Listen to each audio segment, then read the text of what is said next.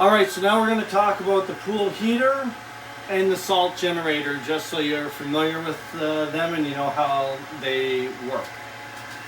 So, whether you have the slide on or not, if you're having people come over, sometimes it's better to have the pump a little higher, just because it will heat the pool faster.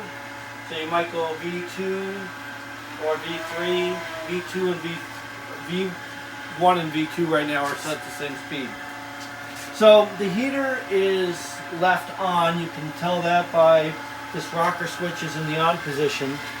And then this is the temperature dial. So you see a mark here and it says 26, that's 26 degrees. If you really like it really warm, you can turn it on there. It will use more water, and so you'll have to be cognizant of that. Right now it's lower than that, but you can certainly just turn the dial to 26, and I would do it at least 3-4 hours before people come over. So the other thing just to familiarize yourself with is this is called the salt generator. It's connected to this sensor down there. This tells you when you open it up a number of things. It's the pool chemistry. There's a little chart here on the side. 2900 is the salt level. That salt level shouldn't be below 2600. And that's just how it puts chlorine in the pool. You see these two lights here. This is the way it should look. Sometimes there is a yellow light down here called inspect cell. So that might be that there's a buildup of things in the salt generator. Hopefully we've cleaned things out and that shouldn't be an issue. Sometimes it just comes on after a running for a certain number of hours.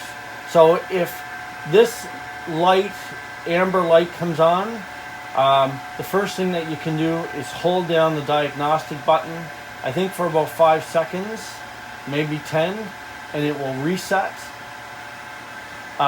It's not resetting right now because it's in normal mode. So the other thing that you can do is shut it off with this switch and put it back to auto.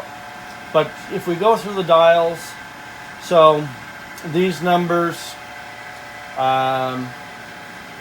go through the different settings here. This is the alkalinity. That is the amount of stabilizer. And again, this says on the chart over here, maybe the pH rating. And this is the 90 with the P. This is the output that I have this set to. So right now, this is set to 90, and that has to do with how much salt or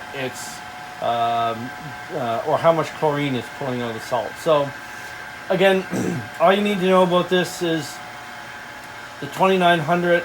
If you hit the button, you know, as low as 26, no higher than 3600. And if it's flashing, you can hold in the diagnostic button or shut it on or off. And if something's going on other than that, maybe you're texting me, or maybe I give you the number of the pool guy to check with. And that's how that device works. So that's it for that video.